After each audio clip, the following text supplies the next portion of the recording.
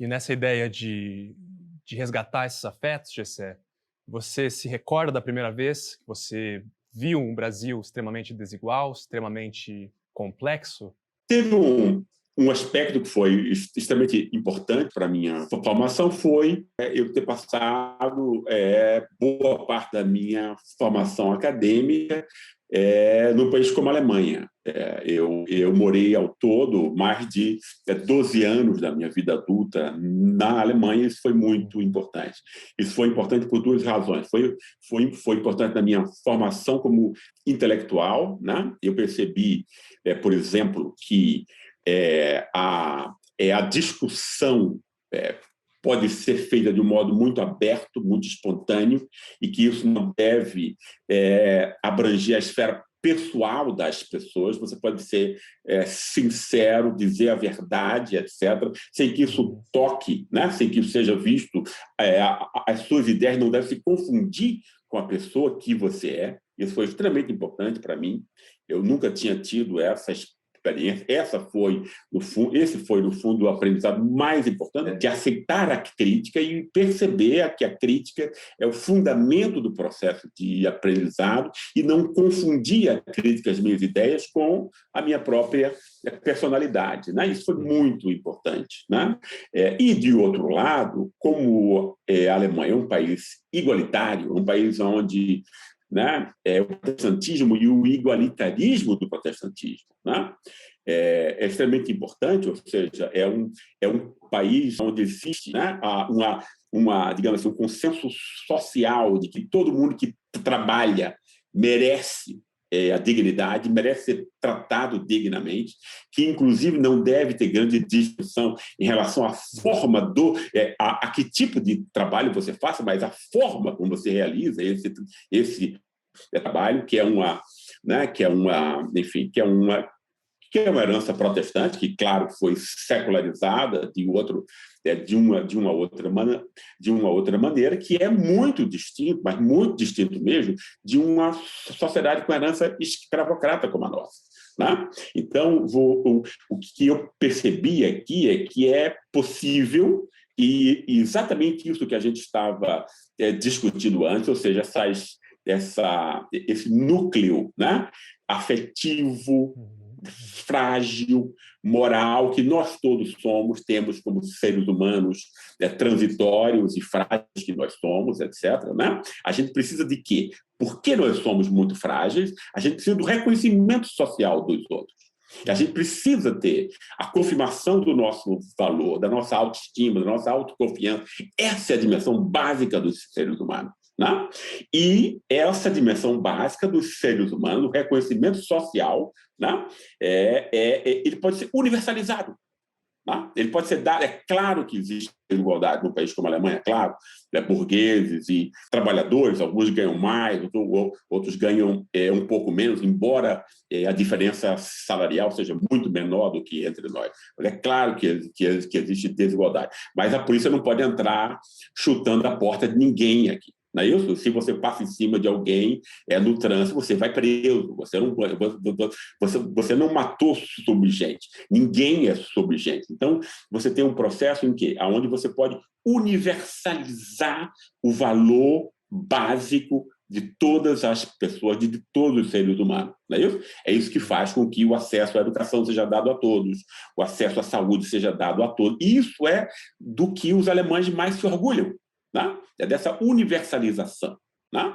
Entende? Quer dizer, então você pode, esse reconhecimento é o que nós todos precisamos como a nossa maior necessidade, né? Entende? Que não é economia, né? Entende? É exatamente essa dimensão do reconhecimento, que é uma dimensão moral, afetiva, emocional. É isso que nos marca como seres humanos, antes de qualquer outra coisa. Isso pode ser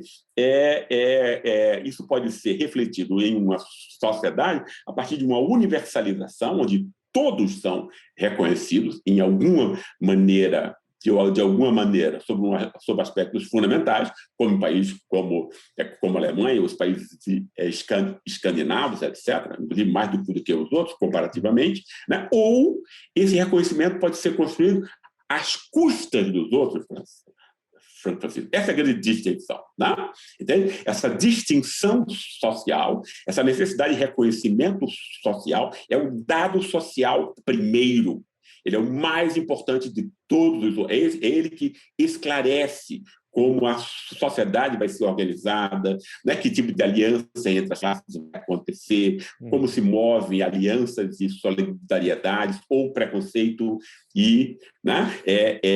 E numa sociedade como a nossa, todo esse esquema do reconhecimento é conseguido como? Às custas dos outros. Né? Muito especialmente às custas de uma classe-raça de condenados à barbárie, né? Entende? Quer dizer, que todo mundo pode humilhar, pisar. Isso, para mim, foi um ensinamento básico e tal. Né? Foram esses dois ensinamentos aí.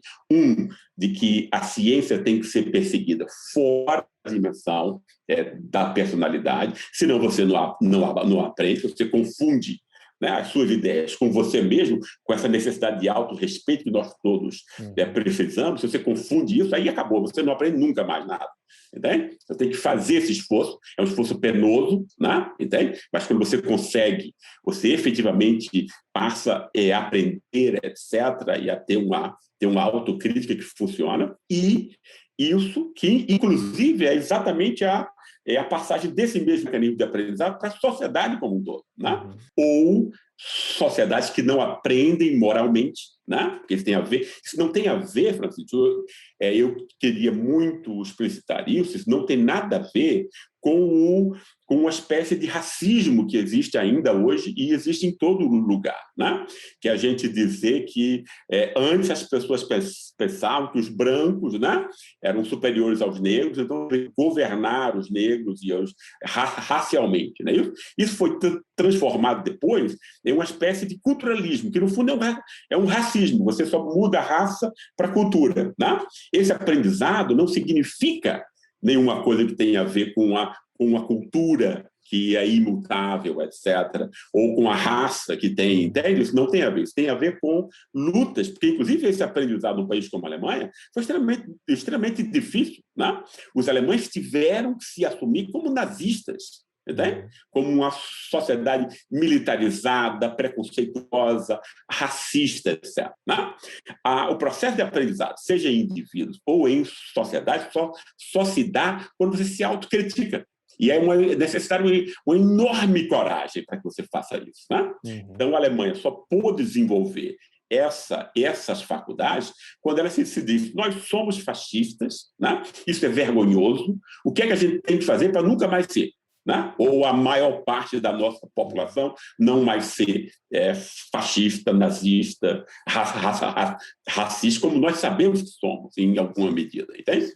Então, esse foi um aprendizado central. Né? Eu acho que o Brasil tem que passar por esse tipo de aprendizado. Não tem nada a ver com a herança cultural que vem de Portugal, que é uma bobajada. Isso é um lixo, né? Então, a gente tem que dizer essas coisas de modo bem claro, que a gente tem que desacralizar essas ideias que nos que nos emburrecem até hoje, né?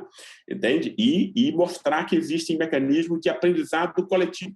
A gente precisa se autocriticar, né? Assim como outras sociedades o fizeram antes. Isso, para mim, foi o básico, né?